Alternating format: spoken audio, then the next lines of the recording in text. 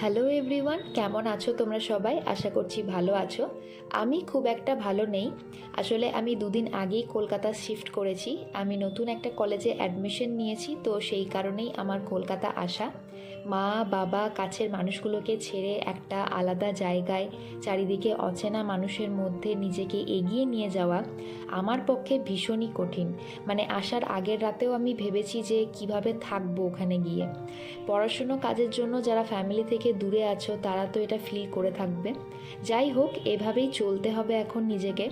তো এখানে আমার রুমটা তোমাদের এক ঝলক দেখিয়ে দিলাম। 1 আগস্ট থেকে আমি অন্য একটা রুম পেয়ে যাব, দেন ওখানে শিফট করে যাব। সমস্ত ব্লগস অবশ্যই তোমাদের সাথে শেয়ার করব, এভাবেই তোমরা সাপোর্ট করো আমাকে। আর এদিকে আমি তোমাদের দেখাচ্ছিলাম আমার হেয়ার কাট করতে গিয়ে হেয়ার লেন্থটা অনেকটাই ছোট হয়ে গেছে। তো তোমাদের এই লুকটা কেমন লাগছে জানিও। তো চলো, আজকের মতো টাটা।